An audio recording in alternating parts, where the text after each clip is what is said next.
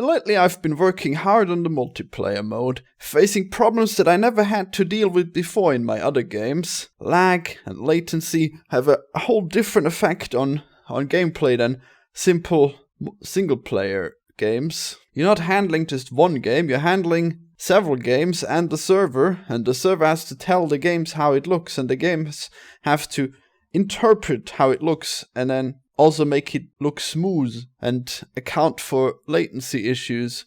It's quite a challenge. Game development is far from instant gratifications. Usually you work weeks on something before it's done, and even then it still needs work, but this multiplayer stuff is a whole new level. I've been working for months on getting the visual feedback for when you get hit by the seed just right, and it always seems to be off in some way. But I'm getting there now. It's probably just a matter of time now. Stop. Get away from me. Enemy sniper. What the they're still hitting me? So one day I decided I finally need to make an options menu, because I need an easy way to turn on and off certain things without having to hard code them every time. I was contemplating the issue for a while, and then I finally came up with this menu in the form of a wanted letter. It will function as both a main menu and a pause menu, with all kinds of options, teleport to destinations, and later on an inventory where you can select weapons and hats for your mouse to use and wear. I was very inspired to work hard on this menu, spent many hours, and in just 3 days it was pretty much usable. Now I can set up any number of options and useful things for testing, and maybe even for the actual game, once they prove to be stable and fun. And what's even better is that I will be able to copy and paste this menu into any new game that I make and simply change the textures and placements. It's all done by code and using none of this fancy new canvas system that Unity has, instead using the old legacy UI system. So I can have full control over it, changing button behaviors and styles, how big they are, anything easily changeable, positioning. I can simply press Ctrl and F and type menu, and I'll be right in the place of the code where it handles the menu, and I'll just be able to make whatever changes I want, and they'll work with all the current visual effects that are existent in the menu. I can change sliders into toggles or whatever I want.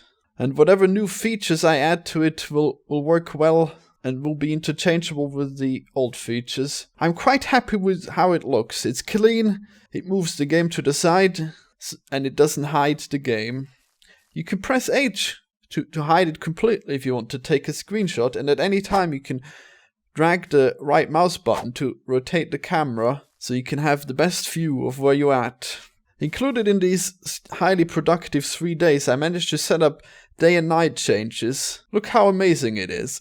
Day and night are completely different. A completely different feeling, even though it's the very same game. And later on I will be adding dusk and dawn as well. There's no dynamic change, so it's not going to just slowly change from day and night, but when you die or when you change it in the options, it'll just be a new day or a new night, depending on what you've set up.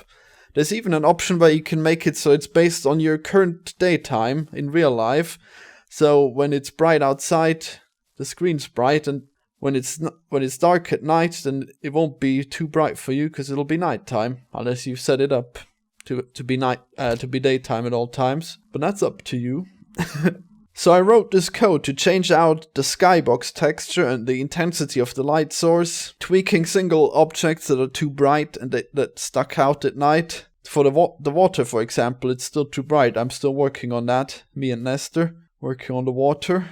I feel so great about this game right now. This menu has pushed it to a whole new level of polish and functionality. And now I'll be able to go back to working on multiplayer.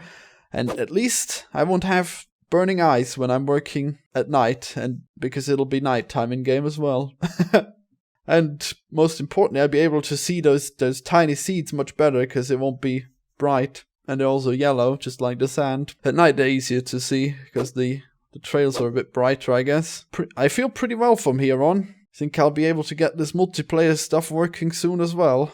So stay tuned for more game news about Poor Mouse, my amazing new game that will hopefully come out on early access this year, for sure. Also, check out this amazing feature. Big heads! My head is big, the enemy heads are big, everyone's got big heads. People always speak fondly of these old features where you could put in a cheat to have a big head, or be fat, or whatever other silly options there were. And I think I might as well put that in too. Why not? It only took me like 1 or 2 hours to put in anyways.